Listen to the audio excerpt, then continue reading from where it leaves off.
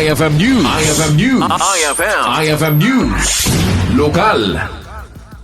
Maiwaya ti simultaneous earthquake drill karagiti amin na pagadalan dito probinsya ita nga aldaw Hulyo 30. Segon kani Mr. Marcel Tabihe, mangidadaulo iti Provincial Disaster Risk Reduction and Management Council.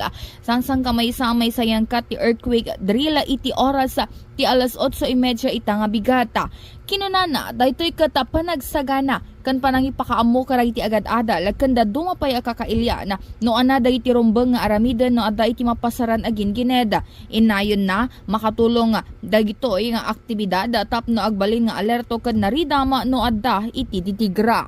Participate aming schools in the entire province kaste bagbaga ayaten tayo ngayon natin probinsya dapat ma-develop kadagiti ubing ken handlang agiti ubing dagiti kakailyan tayo iti probinsya DJ no anat aramiden tayo rumbeng aramiden tayo no yung kaso nga agingginet kasi tapno agbalin nga kumbaga ibagbaga nga muscle memory na the ground shaking yan amo tayo di aramiden tayo so dito iti mensahe nga kaya tayo nga mai-1-1 kadagiti aming agad-adal kadagiti aming residente iti probinsya tayo tapno no yung kaso man sa pila kumatawan ako at least no rasdi nga pasama amo tayo di aramiden tayo.